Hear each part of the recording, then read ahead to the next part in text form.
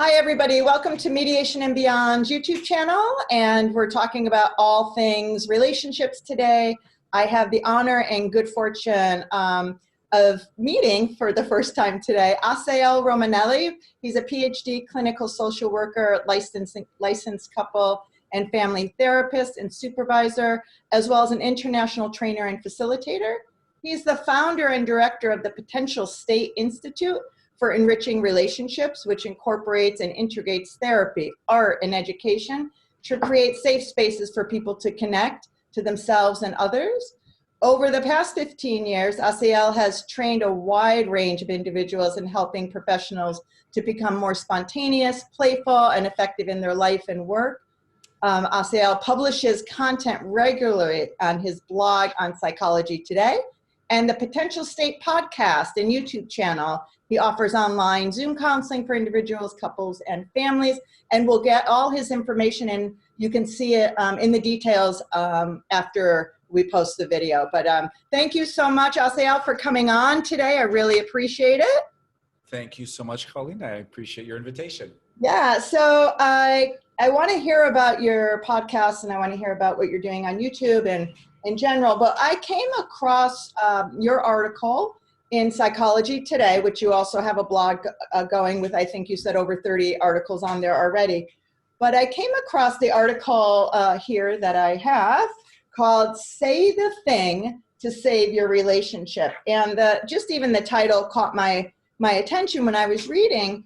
And so I don't want to really explain what save the thing to save your relationship, but I know especially in COVID, a lot of people are struggling. And so when you're talking about saving relationships, I'm like, I have to read that and I have to find out like what that is. So can you speak first a little bit about yourself, what you're doing, and then go into say the thing? Wow. So I'll give just a very quick background. So I've had a long journey to reach couple and family therapy. My background's in education.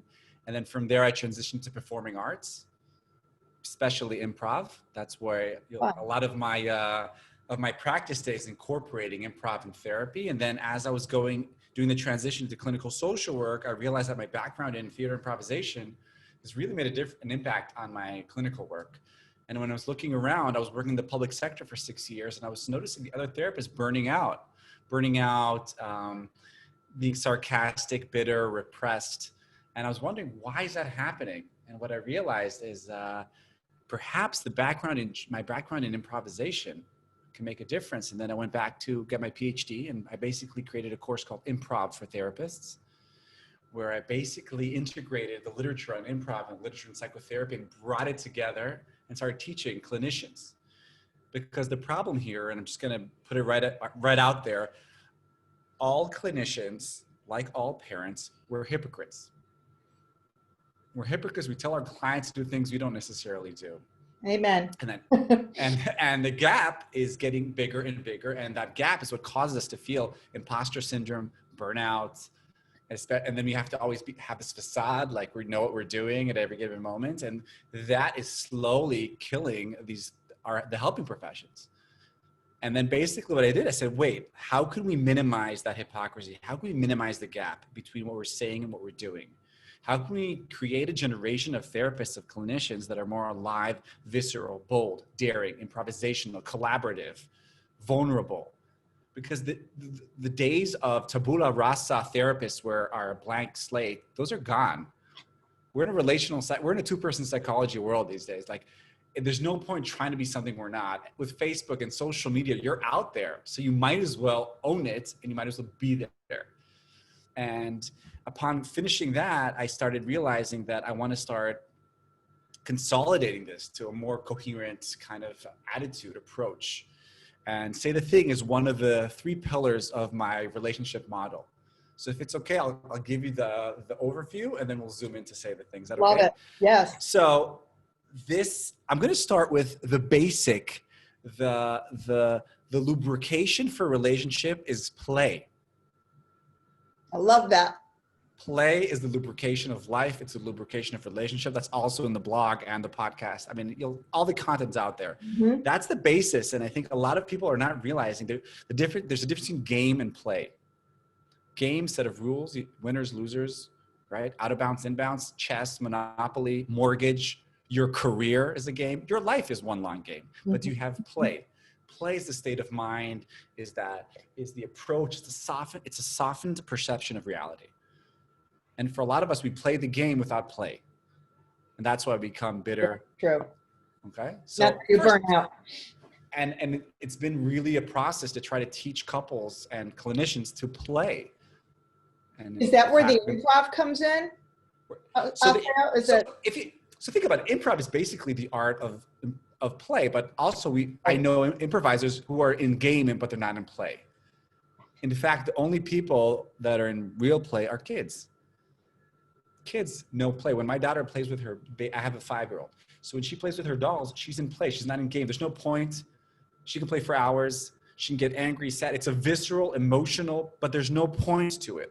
Whereas with my son, when he plays Brawl Stars, so he's very locked. So what's happening here, and as we grow older, we go more into the game and less into the play. And one of the things I'm doing through improv is bringing back the play. I want to do a renaissance of play as an adult, because people think that play is silliness. No, play is a state of mind. And it takes a lot of hard work to train into play. And I didn't grow up in a playful family. I grew up with a lot of depression in where I grew up, and I had to read my way into it. I had to do a PhD on improv. Who does a PhD on improv? That's so true. It's so true, right? Talk about left brain controlling, right? Absolutely. It's ridiculous, but that's how hard I needed to work to teach myself to play. And that's why the basis of my model is play, first of all. And that's why my institute's called Potential State. And I'll just remind our viewers that potential state is Donald Winnicott's concept of the state between reality and fantasy. Okay. So the baby's born into omnipotent world, and then slowly the good enough mother frustrates it into reality. But in the middle, they have that potential state where they have the imaginary friend, Santa Claus, the tooth fairy, the blankie, the tutu, the pacifier, right? Yes. When we grow older, that's where we experience love, belief, wonder, awe, learning.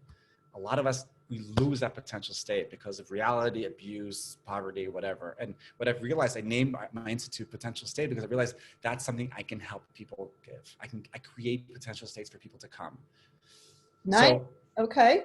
That's play, first of all. Then that's the first, and now everything I'm describing is in different articles in the blog, podcast, and YouTube channel. The first, and I'm giving you the 3 pillars in the order that I teach it to couples. Okay, so play is the first.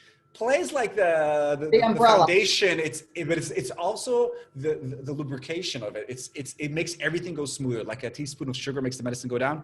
Absolutely. Everything happens easier with play. Okay. Everything. So the first thing I call, I hope this is PC. I call it own your shit. Own your shit. But I do it as one word with an exclamation mark. So like ownership. Yep. But OWNURSH exclamation mark T. Oh, gotcha. And basically what that means I'm writing that down. You can write that down. I actually copyrighted it in Israel as if someone's going to want that concept. And I know it's not PC, and excuse the viewers who find this offensive, but I purposely use it bluntly, even though I put an exclamation mark instead of the I, so it's less blunt. But the basic idea is this, is like when I blame you or the world, there's 3 fingers pointing back at me. That is when I mean owning your shadow, owning all the parts of yourself that you deny, minimize, ignore, put on the other, project. And what I found is that people again and again are stuck in a helpless victim mentality because they are not owning their shit. And therefore, before you say the thing, you first own it. First you own it to yourself, and then you own it to the person around you. For instance, I'm angry at you. For instance, I purposely ignored you. I heard you calling me from the other room, but I just didn't have the energy to answer you. Instead of saying, what? You called me? Stop it. Own it.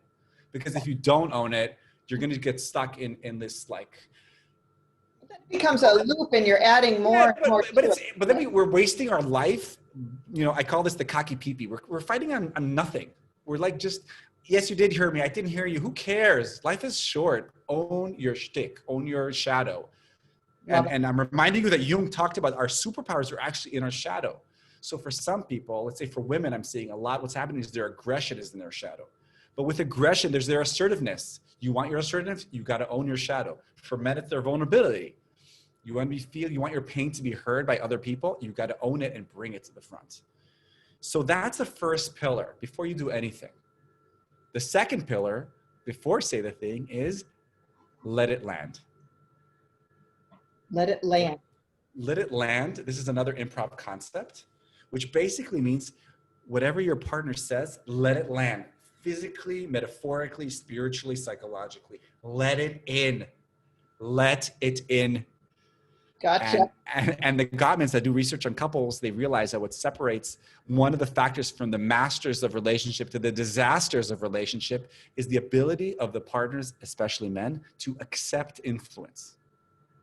Accept influence. In improv, we call it let it land. Here's the integration of psychotherapy and improv. Right. So if you don't let what your partner lands, there's no point. There will be no more. Like that is the block for a lot of relationships. That's a relationship killer. So first own it, then first of all, let it land, let it in. What does that actually mean? That means when you're saying something to me, whether it's amazing, whether you're saying, Assael, you're amazing, or whether you're saying, Assael, you really hurt me last night, or you're not present with the kids, okay? Or you promised you'd come back at 6 and you're coming back at 8. So first own it, don't say, what are you talking about? So you're right. And then physically, I teach couples to let it physically land in the body, breathe. So you're saying don't get defensive, which is everybody's first reaction. Right. And the reason we're getting defensive because we think that whenever our partner, a lot of us have this core belief that your pain equals my responsibility or equals my fault. And then I have to react. But the second, if we can raise differentiation, you can cut the umbilical cord that keeps us symbiotic and reactive. When you share your pain, even if it's connected to me, I can first let it land. Because oftentimes, my gut reaction will be here, but if I let it land, something deeper is going to come out. And there's a higher probability I will own my shit if I let things land. So when you'll say to me, you promised to come back and say, no, I didn't. But if I'd let it land, I could say, you're right, Colleen. I did. And then I can just let it land. I can feel the burn. We don't like feeling the burn. Avoid pain at all costs, right? Right. And Carl Whitaker talks about positive anxiety. He talks about 2 types of anxiety. Carl Whitaker was a couple and family therapist back in the 60s, an American one. And he said there's 2 types of anxiety.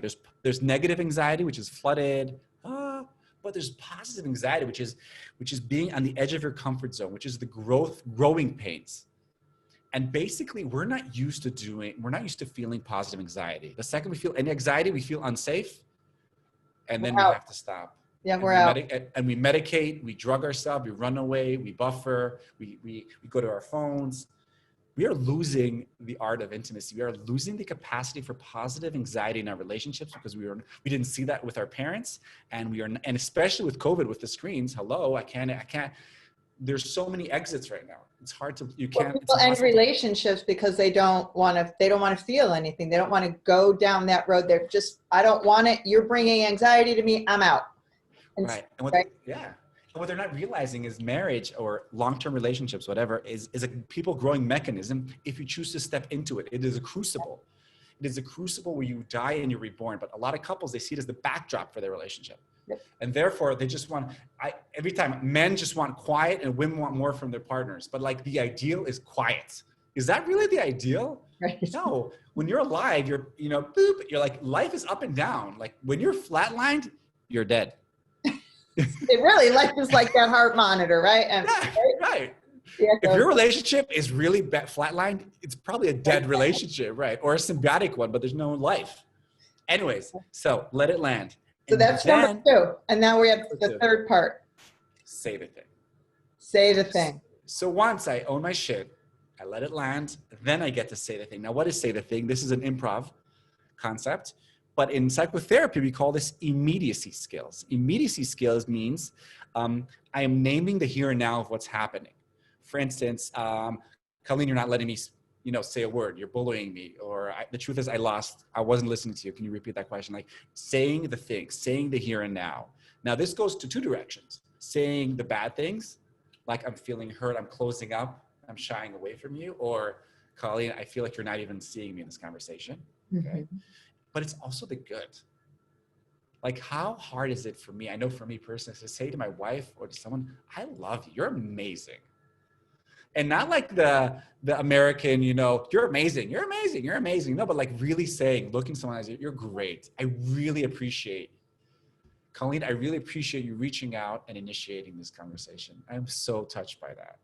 Thank You you know what's so much. interesting, Assael, is that I think when you do say it, when you're saying the thing, I think people don't know what to do with it. Yeah, because they're not letting it land. It's uncomfortable, Right. even the Right. positive things. Yes, yes. We'll believe criticism before we'll believe praise. So true. Right. So true. And is that a function? That's a function of our own narrative that we sit in, right? I mean, that's because we feel unworthy. So there's no way that, because here's the thing, because we don't own our shit, so we're walking around the world thinking, and we're what we call in self-presentation. I'm just showing you the best sides. So when Colleen says to me, when you say to me, I love you, I'm like, but you have no, if you only knew Colleen. So I can't even believe your love. So that's why I say to people, to couples, own your shit, bring it to and if I can show you my shadow and then you say to me you love me, then there's a higher probability I'll believe you. Because you saw it. You saw my jealousy, my aggression, my eroticism, my fear, my patheticness, and you still say that. And I think for a lot of people, that's why I say the thing comes at the end, because if you didn't own your shit, if you don't let things land, you will not be able to. And even if I say, you know, I always think about that scene in Liar Liar with Jim Carrey where he, you know, he stops lying. So then he's in a meeting and he says, you're fat, you're bald, but that's not say the thing. That's just shooting rounds. That's not connected. Yeah, that's not growing the experience. That's not, and it's not in this for the sake of connecting. In fact, it's for pushing people away. Say the things about, I'm saying it not, when I say that you hurt me, Colleen, I'm not saying it to jab you. I'm saying it because I want more. Right. And if I do say it to jab you, then I own my shit. And I say, the truth is, I just minimized you. I just belittled you. Right. So no matter how you look at that, it still stays in the parameters of the 3 pillars, really. Like, right? Whether you gave it a jab, you'd still need to go back and own it. Or whether you did something sincerely and the other person, it's on them to receive it, and then they need to own their shit, and then they need to, right? Right. So all the time, like they'll say, well, why doesn't he believe me? He always thinks I'm jabbing him. And I'll tell them, you know why? Because you're not owning your shit. Because here's another concept from David Schnarch, normal marital sadism. Oh, I've not heard that one. Right. You remember that song, You Always Heard the Ones You Love, from the Mills Brothers? That's a truism. Because the opposite of love is? Hurt. No, Pain. It's apathy. Oh, okay. Love and hate are the same feeling. They're the two sides of the same coin. Right. You always hurt the one you love. And a lot of people are scared of owning it. Mm-hmm. And that's my job as shadow man, right? Like, that's what I bring to couples. I'm like, okay, own your shit. Especially women. Women will say, I never want to hurt my husband. That's baloney. Pardon my French. That's baloney. You know, I'm glad you mentioned that, because when I was reading the article, one of the things that came to my mind, especially I think as a woman, you're trained to be nice and kind and don't hurt anybody. And, you know, be careful what you say. You don't want to offend anybody, a girlfriend or a lover or your child, like whatever. Right. So when you say the thing, I'm like, well, we're taught we're not supposed to say the thing. Exactly. And so that's the narrative to get over. Well, think about it. When Terry Real talks about psychological patriarchy that we both suffer from. For women, we cut off your assertiveness and aggression. Be only sweet and polite, and that leaves you 2 roles in the victim triangle. You could either be the victim or the savior. That's all you guys can do. Be a martyr or be a victim, or both. And we get sliced off. We lose the relational feeling, sensitivity, okay? And then we have to be macho. So we lose the ability to feel. And then we're left with so we're left with aggression and sexuality. So we're both castrated. We're both crippled, basically, trying to find a way to communicate. And for women, so it's kind of, when I work with women, it'll be, how can you own your shadow? So for women, the shadow will be assertiveness and aggressiveness and saying that. And you're right, there's a double standard that if you say the thing, then you're considered rude, you know. But if I say the thing, he's so raw, he's so real, there's a double standard. And I think that's a different talk. We can talk about that later. But like, I think, so I have this episode on my YouTube channel. It's my version of female empowerment, of systematic female empowerment, is to own their shit. So when I'm working with a woman, whether she's in a relationship or not, I'm like, first of all, stop pretending you don't have aggression. Stop it. I love saying that in therapy. I love just saying, stop it like that. Bob Newhouse, stop it. Right. You have it. And I'll never forget. One time this woman was like, no, I don't. I have no aggression. I told the normal Meredith sadism. She's like, I never heard my husband said, how do you, like, what's one little thing you do? Come on, you're not a saint. And then she says, after like 20 minutes, she's like, well, the truth is when I finish driving, I leave the seat really close to the wheel. So when my husband steps in, he conks his head on the steering wheel? window. The little window. Yeah. And I was like, thank you. Thank you. Thank you. That's what you need, because then you stop seeing yourselves as victim. And then finally we can balance it out, because if women are only victims and martyrs, what role is left for the men? The persecutor. Right. And that's called the victim triangle. That's another blog episode, blah, whatever. So it's like, how can we help men step out of the persecutor and have their pain as a legitimate? Because what happens is when men finally share their pain, she's like, the woman will out victim him. You think that hurts? You know, I've been waiting for, so he's like, okay, so I'll just say the persecutor. It doesn't matter. Whatever I say, you will always have a bigger pain. And for women, they're like, why am I not empowered? Why? Because you're stuck in the role. So part of it, you're right. There is patriarchy, and it's real, But I want to help women reclaim that. But what if, how do you reclaim it in a relation? So what if let's say I'm in a relationship and I want to say the thing to my partner who can be pretty harsh. Of course. That would, I mean, as a woman, I know that I would probably be, I don't want to go there, because you have to then, you know, you have the responsibility of what, not, you don't, let's go there. Yeah, exactly. The responsibility of yes. what your partner is going to come back with you at, and then what do you do with that? Right, but then, so what do you basically, so I love that example, because it's classic. It was like, I don't want to rock the boat. So why are you in the boat? So you're basically dooming yourself. You're condemning yourself to a lifelong eggshelling relationship where you are scared. You can't say the thing. You can't be, we call this self-presentation. You can't be in self-exposure.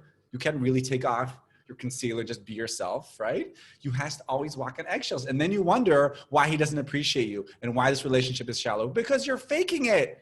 What's the point? Life is too short. Life is too short. I know it's easier said than done, but because that's where I would have went in my mind, because I've been in relationships where you say the thing and people withdraw.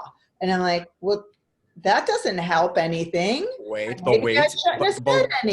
wait, Colleen, that's why we first have to own your shit and let it land. Yes. So before you say, you never look at me, you never appreciate me, and say the truth is, because this is the classic trade-off. Where do men belittle women? Women will belittle men in two arenas, I found. In sex, you're a bad lover. I don't enjoy having sex with you. And you're a bad parent. Men will belittle women in you're not smart and you're not making enough money. Yep. So there's always this normal marital sadism. We belittle our partners. And I call this the 95-70 rule. Like in every single arena, one part would be 95 and one will only be 70. It's kind of an unconscious implicit agreement. You look better, but I'm smarter. You're a better parent. I'm a better lover. Yep. Okay. But nobody ever talks about it. So part of, like, for instance, like, of course, when you say the thing out of nowhere, they're going to go like, what?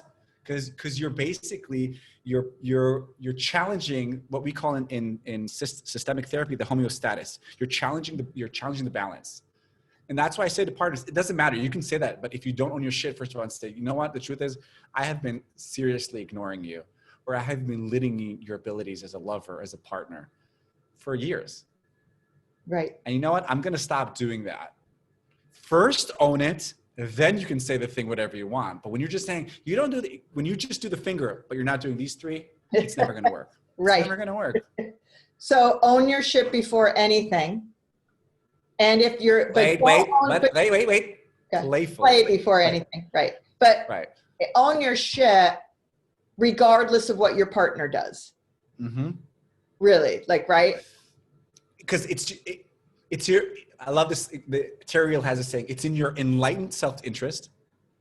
I like to that. own your shit, because whether or not you're going to stay with this guy, or it can be a friend, colleague, never mind. Sure. You want to feel more free. The point of life is to fulfill yourself and feel free to be who you are. All right.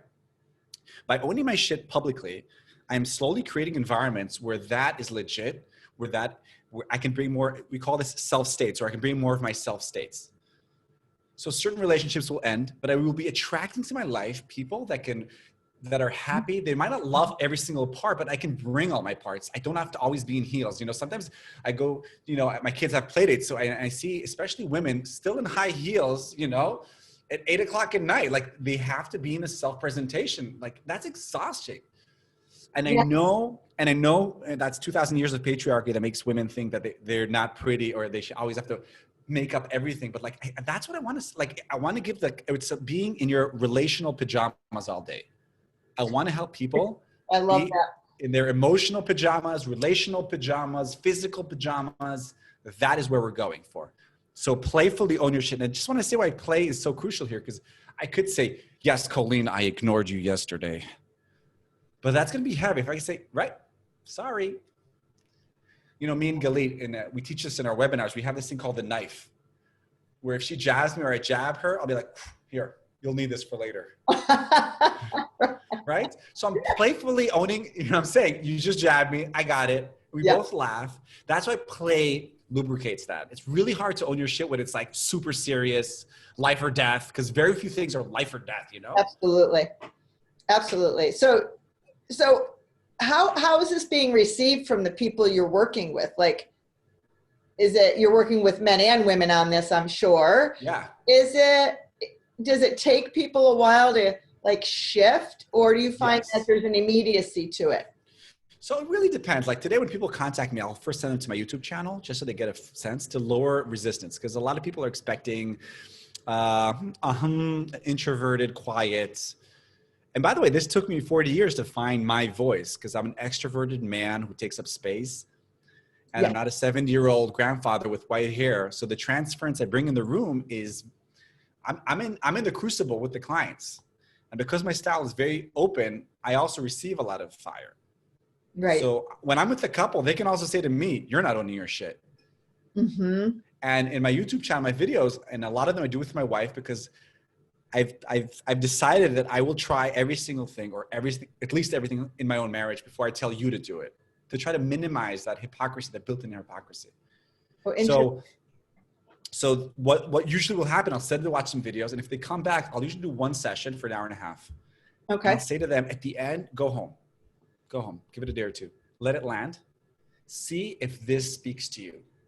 Right. And 70% come back. The ones that are not too offended, because remember, when you're insulted, you're not in a play space. Yes. Insulted means you're not playing. You're what we call this a trauma mindset. You lost your prefrontal cortex. You cannot play when you're insulted. Mm-hmm. And I think, and I want to add one more word here. This is a lot of couples, a lot of people are surviving. They are not living. Amen to that. Yes. Play is the privilege of the living. Play is the privilege of the living. When you're in survival mode, you can't play. Yes. If you're poor or in an abusive relationship, you cannot play. You want to, that's what couples come for. They come for less fighting, but I want them to live, to live. Because Estelle Perel says we will all be married more than once. The question is it going to be with the same person? And a lot of us are afraid of that next evolution. You're afraid to tell your partner because he might get upset. But you know what? Let's see do you have another marriage? Do you have another evolution? Because you're not the same person you were 5 years ago, 10 years ago. And people are afraid of that because we saw a one marriage model by our parents. They were together for 40 years or 20 and divorced, but they never grew. They never stepped into the crucible to develop their next evolution. It's interesting. I did an interview probably about a month ago with a woman author she's a journalist too, from California. And she wrote a book called The New I Do, which was really talking about, why we married to begin with and how we define successful marriages. Successful marriages are based on the amount of time. Oh, you're married 30 years. Well, good for you. Congratulations. Or you got divorced. Oh, I'm so sorry. When she's really saying is sometimes you just come together to have children and then you move on. Like sometimes you come together just as a young couple and realize, okay, our time together is done. And that these are all successful marriages. Like marriage isn't successful in the amount of time you spend. I want to add, I want to do a yes and. In improv, we said yes and. I want to yes and that. I want to say everyone in your life is an extra Mhm. in your movie. And it's all one stage. I don't know if do you say practicum or stage in the States? Practicum. Practicum. It's all one practicum. Some of these people are going to be practicum for years, for 30 years. Some are going to be for one day. And I think what I'm realizing more and more, and I've actually said this also to my wife, I said, you do I really believe that it's our job is to fulfill ourselves and bring more and more of ourselves. For me, this is the differentiation paradigm. Differentiation is my ability to be myself and together. It's not an either or. It's a yes and.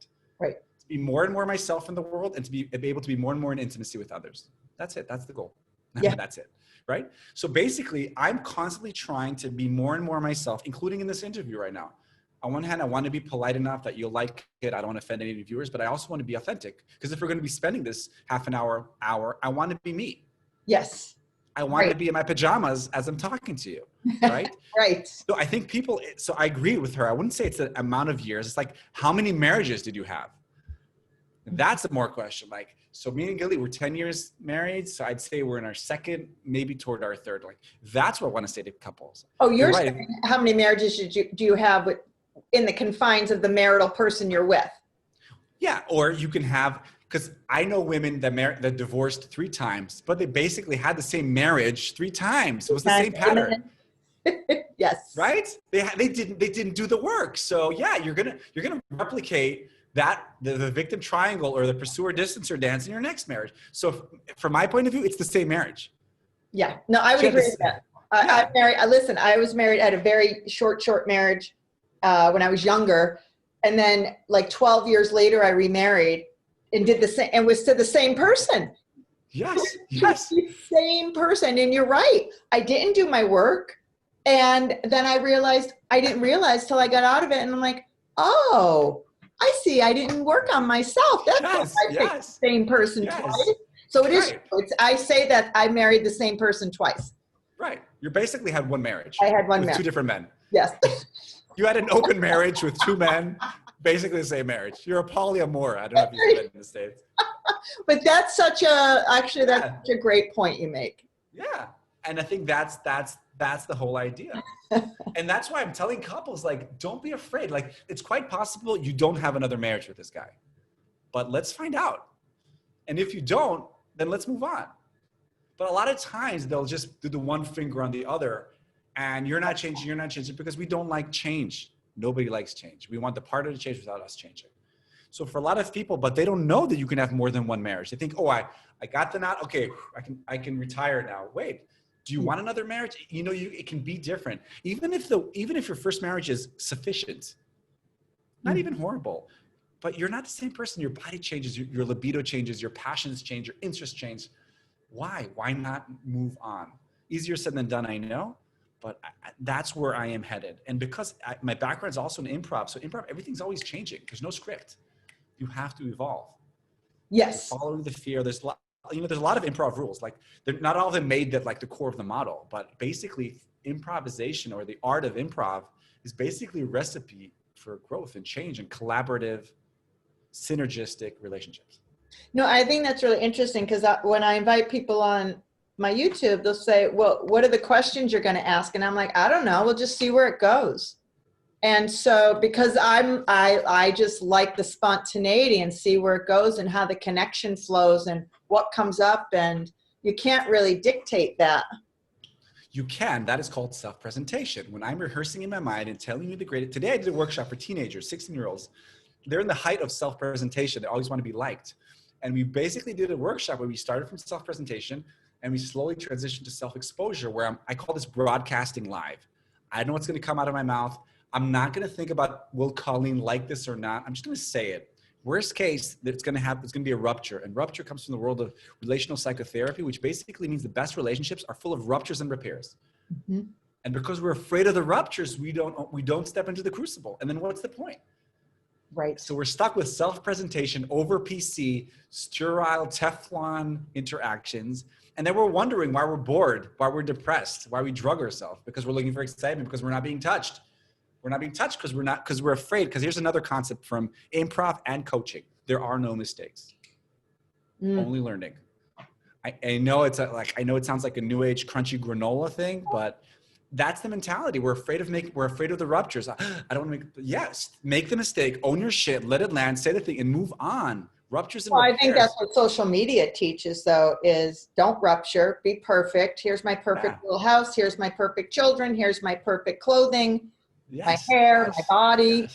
Yes. And I think that's, and I think that's one of the reasons that me and my wife are starting to work more and more together, because nobody ever sees a couples therapist's marriage.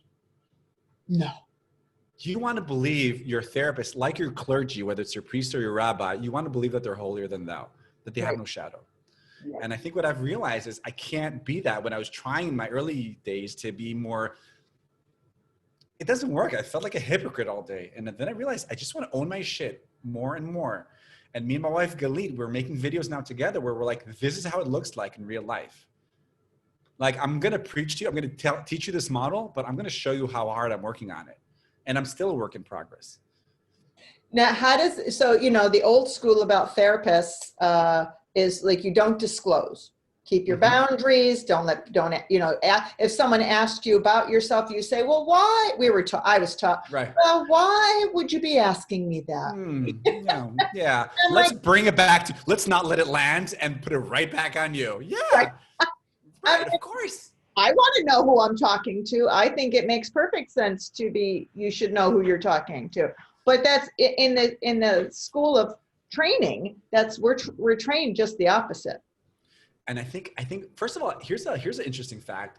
I read somewhere that Freud was actually an extrovert, and the reason he flipped the clients away because he was moving all the time and feeling things. And I think we're in the 21st century, there's no such thing as anonymity anymore. In 3 clicks of a button, they know where you went, where your hairdresser is, and your last vacation when you're standing in a bikini drinking a martini. So like, let's cut that baloney and say, and you know what? And I want to say even more, like, and then I'm more focused on not showing affect and just going, and then, but here's the hypocrisy, right? But I'm telling my clients, be authentic, be yourself. Just speak your mind. Well, when I'm basically faking it, and then basically I'm not modeling what I'm telling them to do. And here's the hypocrisy. I'm not modeling what I'm telling my clients to do. And then I'm wondering why they're not doing it, because they're sitting in front of a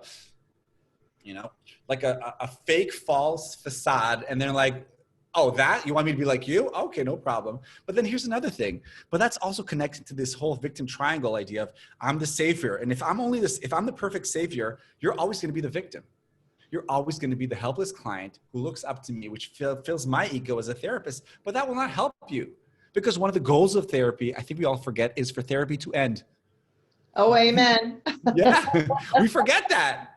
Because we love this feeling of being so empowered and important and like, but what's the point? Who cares? It's not about us at the end of the day. And because we're not owning our shit, we go into this altruistic savior mode, right? And when I supervise therapists, especially young therapists, they come to the profession to be Superman or Superwoman and heal the whole world. And then they're wondering why they're burning out and they're feeling false, because they're hearing everyone's problems all day, but they have nowhere to unload it. And since most therapists do not do the work in their own marriages, so where can I do it? My own. So I'm left with supervision, but then I also want to impress my supervisor because he might recommend me or assign on the hours that I need. So where can I actually own my shit? Where can I let it out? And there we become repressed and we have to run away, drug ourselves up, drink, workaholic, sex. And so do you encourage therapists to just be in it? I don't want to say expose yourself, and just be more authentic and honest about who you are, your life. So a lot of time I call it okay, here it goes. I work with the therapist until he reaches the point where the gap between his personal life and professional life is too big. And then I welcome him into the Hypocrite Therapist Society, which I'm the president of. And that's when the point where I say to him, it's time for you to do the work. And what I'll encourage him to do in the clinic is not so much to share his like, I have 3 kids. It's not about, it's immediacy skills. It's to say the thing right now, including like, I'll never forget 10 years ago, I was working with depressed teenagers and I used to fall asleep on him. You know, the whole tricks you do, like at a certain point, I realized I'm just going to own my shit. This was years before I coined own your shit. And I said to him, you know what? I just have to say this to you. I fall asleep with you sometimes. He wasn't even surprised. And then I immediately said, am I the only one? And then he said to my, I was shocked. He says, no, I do this often to people. Interesting. And that whole conversation went out of it because I said, I have to say it or else I'm just going to feel like I'm fake. So I leaned into this rupture and we opened up, and it was like a huge mine of information. And I stopped being tired because suddenly I could actually say the thing and we can move on because we're not saying the thing, we're stuck. Yes. Or even like to say like, you have some spit on your thing. Let's say like that. Let's say, like, and the whole conversation, I'm looking at this piece of like, just say it. You have to spit. Or I confused your name. I forgot your name. Okay. We're in the middle of a session. And I'm like, and I can say, I'm really sorry here. Playful. I just forgot your name. Remind me of Sarah? No, Beth. I'm making it a little game. Okay, Colleen. Oh, okay. Sorry. So you have fun with it, really? Yeah, because you have fun with it, which goes back to the play, right? Exactly. Back to the play. I remember once I was giving a lecture in Germany, and somebody said, "Can I have all your notes?" You know, and I wanted to seem like I'm very generous. So I was like, the truth is, I don't want to give you my notes. I will, but just because I want to impress you. And they didn't even know how to react to it. But I was owning my shit. I didn't want to. But you know what? Let's just say it. And then I'm releasing every time, like, especially the Q&A after lectures, right? The Q&A after lectures, there's always that guy that wants to stick it to you, right? The mansplainer who wants to it's like a clarifying question, but it's actually a pushback. Yeah. And he's trying to humiliate you. So I love saying now, I have no idea. What do you think? There you go. I love saying that, yeah, because like, you know what? And then every time I do it, it's like I'm coming out again. It's like, ooh, back to my pajamas. I don't have to pretend to be something I'm not. I don't have to pretend to be someone I'm not. I love that. Because there's always somebody who's going to like question you for not really for the information, but so that they're right. Oh, you know, the classic one, did you ever read whatever therapist, you know, fill in the blank? You're like, oh yeah, sure. Why? And then you're stuck with there. You're stuck. And you have no idea what Beyond said. What did he say? No desire, no memory. What was it? It does just say, I have no idea. I know I should be knowing who Beyond was, but the truth is, all I can think of is a BLT sandwich. So it's like, and I think, and that I want to do a shout out, a very rare shout out to my mom, who always prioritized learning over ego. She at age 50 did her undergrad, and I really think about that a lot. I think about like, I have no problem telling my clients, I'm going to tell you something that I've never done. I'm just going to say it. I read this. I think it's a great idea. I just haven't had a chance to do it. Try it. Or don't try it. Or let me know if it works. Yeah. Yeah. Or I'll say to him, I did that. And you know, for us, it wasn't such a good fit, but I think you should try it. Because at the end of the day, then it lowers the pressure. Then going to work does not become heavy, and the savior complex minimizes. And I've always said to myself, I want to be the type of therapist that when I see my client, Israel is a smaller country than the States. So you meet your clients in the street much more often. I want to be the therapist that I don't want to cross the street when I see one of my clients in the street. That's what we're taught. Don't say anything to anybody. I'm like, how do you not acknowledge a human being that you know? No, but then think about it. I have this therapist I'm supervising. He's afraid to go to a coffee shop with his wife because he works in the area where he lives. So what's the point? So you're in jail now? So you're jailing yourself because you have to be the savior because they can't see you having a coffee? And you know what I was thinking about that is like, for many years, I'm a multi-potentialite, which means I have different interests. So for many years, I was a therapist. I didn't even say this in my biography, but I have a playback theater group, which is playback is a form of improvisational theater based on people's stories. It's a different talk. And I do workshops. So therapy, art, and education. And for many years, I used to switch hats.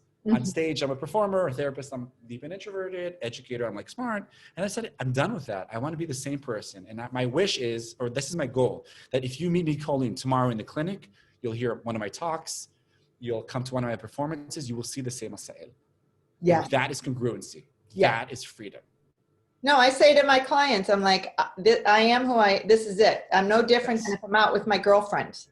Like, this is me. I'm not in here telling you anything different than I wouldn't do myself, or someone hasn't shared with me and now I'm sharing it with you. Like, there is congruency is super important. And what I found is the more I own my shit next to my clients, it's easier for them to take the shake when I'm shaking them, when I'm pushing them, they can take it easier because I'm saying to them, I'm shaking it, but I know exactly how that feels. I also belittle my partner, just like you just did right now. Stop it. But I know it because I do that as well. Right. So stop pretending like you don't. It's fine. Like I can say to them, just own your shit. I know it. I do it as well. I still do it. I think using present tense verbs for therapists is super important because we always say, I had that problem. You know that lie? Yeah, I also had problems with my self-esteem, my body image, my sexuality, my intimacy issues. But we never complete that. You don't have to say, but now we're okay. It's like, I had that. Yeah. Or the classic line. I have a client who has that as well. Yeah. Bull crap. Baloney. Own it. Own it. It doesn't belittle you. I think on the contrary, because think about it. In psychotherapy, we have this term one up and one down. One up means I'm coming above the client. I'm the expert. Mm-hmm. Right? One down means same eye level. I'm just going to share some ideas. The more we one down ourselves, the more we're forcing our clients to one up. And then they get the credit. They get the credit for change. They get the credit if they fail. It's their failure. They get that the agency. Ownership. They own their shit, but they also own their light. Yeah. Because at the end of the day, the next level after own your shit is change your shit. But you can't change it until you own it. The 3 stages is awareness, knowing that I'm even doing that, owning it completely. It's not because of you, Colleen, that I belittle you. It's because I have a secondary game, and then choice. You will not have choice until you own it. Right. If you don't, that's right. If you have to own it to be able to make the choice. Yeah. And awareness is not enough, because I can say awareness, well, I had trauma and this they didn't give me, and I know I do this. It's not just saying, I know I do this. Like, yeah, I do it. And here are the gains. These are the reasons why I'm doing it. And I've been doing it for 20 years because it gives me a sense of, we call that secondary gains. Mm-hmm. And that's usually the blind spot that people don't see. Like, why am I overeating? Because you have secondary gains. And the second you stop feeling yourself helpless and a victim, you look at your secondary gains, we see why you can't repeatedly choose it. And then you say, you're right. Okay. And now we can say, do you still want to do that? Right. But you got to own it. You got to own it. Before you can change it. You can't change it without owning it, because then you're putting it on somebody else, and that never works. Well, this has been so enlightening. I really could sit here all day and have a conversation with you. I wish you weren't so far away. I'd have coffee with you. Yeah, I know. But this has been so good. So say the thing is not such a little thing. I mean, it changes everything. Yeah. So it's the play. Each one of these, each one. Yeah, say it. Sorry, go on. Oh, no, I was just going to say, so it's the play, the own your shit, say the thing. No, let it land. Oh, let it land. Sorry. So play and own your shit is in the same. No, play is like the overarching, it's throughout everything. Everything needs play. You need play to own your shit. You need play to let it land. Gotcha. So play is weaved in through everything. It's weaved in through own your shit, let it land, and say the thing. It's lean. Okay. Gotcha. Okay. And you need play because really, if you don't, then it can cut. Then if you're owning your shit, might come across as harsh, or like you have to incorporate that play because you need that attitude with that. You need that lightedness. Right. Well, there's so much about play. That's why me and my wife do a whole webinar just about play. But I'll just say this briefly. We're hardwired for play. We learn through play. Mm-hmm. We love through play. We play. We have imagination through play. Play potential state. Okay? Yep. So without play, what does play mean? I'm not in survival. This is not life and death. I can actually go on the balcony and look at myself. Okay? How can you own your shit if it's life or death? If your back's to the wall and there's a gun to your head, you're not going to be able to own your shit. Okay? Yeah. So play enables me to soften my perception of myself in reality so I can actually look and say, okay, here we go. I also do this. I also do this. Gotcha. Okay. So it's that umbrella. Yes. Everything else is. And that is actually hard work. People assume they're playful. They're not. Just like people assume they know how to listen. How many of us in our therapist training, we have to learn how to listen, right? So like people think they know how to improvise. They think they know how to play. And I'm saying this as somebody who dedicated 20 years to learn how to play. So I'm saying it can be taught, but it's a muscle you need to work on, especially if you grew up in houses that weren't playful, that were maybe jabby, sarcastic. It's playful, but it's actually, it was a war zone just with a jab, Yes, I got that. And so if people want to find out more about your work, yes, where do they go? Fill me in. Okay, so first of all, there's my website, called potentialstate.com. Okay. Then there's a YouTube channel called The Potential State. Okay. The podcast is called The Potential State. I'll send all the links. It'll be in the description. Oh, and then excellent. Psychology Today, this is an interesting story. So I wanted to call my blog Own Your Shit. And they're like, no, it's not clinical enough. So it's called The Other Side of Relationships. I'll send a link as well. And then I just want to give a promo here. So I'm doing with my wife 2 webinars on play and relationship. We call it Playground. Oh, I love it. Because you want to ground the Right. in your relationship. Yeah. It's on the 4th of October and the 18th. It's 2 p.m. Eastern Standard Time because we're 7 hours ahead. So I know it's the middle of the day in the States, but that's when you can do it. And then on the 25th of October, we're doing a Zoom 5-week course for couples where we're going to be teaching the model, but not just teaching it. You're going to actually work on it. You're going to turn off your camera and then do some work. Because I love this quote by Carl Whitaker. He says, anything worth knowing can't be taught. Amen. You have to do it. You have to do it. You have to do it. You have to do the work. Exactly. I'm And big you on can work. feel, when therapists have done the work and then they haven't. You feel it. And one last little story. For the first 5 years as a couple therapist, none of my couples had any problems in sex. Coincidence? Coincidence? No. They felt I wasn't ready. I didn't do the work. 5 years later, everybody has problems with it, okay? Yeah. So you want to be a better therapist, you want to be a better partner, a better lover, a better parent, do the work. You got to do it. So all those options, and obviously doing sessions, I do Zoom sessions all the time. Okay. I'd love to help and to help people feel free, basically. Well, you know what I love about yourself and myself is I used to be an educator as well. And I think there is something very inherently beautiful about when you're a teacher and you bring that into your therapy or coaching or whatever, it makes all the difference because it's just not talk. Like you have to do. Look what's behind me. Cool. Right. I saw that. You had your I have a whiteboard and a guitar. Yeah, I saw There's that. not, in every single session, I will write the theory. My library, I loan books out to my clients because knowledge is power. It's all about learning. And I love what you said. I never even thought about it. It's the educator in me. It's like, here's how it looks. Let me write down the I have a theory. whiteboard in my office too. It's like, I do. I saw that and I'm like, wow, okay, that's great. Right. And that's saying the thing, right? If we would talk a whole conversation, that would be on the tip of your tongue. I'm so glad we said it because it's pretty big. Why do I have a whiteboard in my clinic? Because it's not something you see a lot right? No, and I'll write stuff down and then I'll tell them, take a picture of what we've on your phone. So you can go home and look at that. Yes, exactly. I love it. Like-minded. I love that. Yes, well, send me your info. I'm going to post everything. I'll post your webinars. That's so wonderful that you're doing that. I love the playground. A great name for that. It's been such a pleasure to speak with you. I really have enjoyed it immensely and learned, which I love too. So thank you.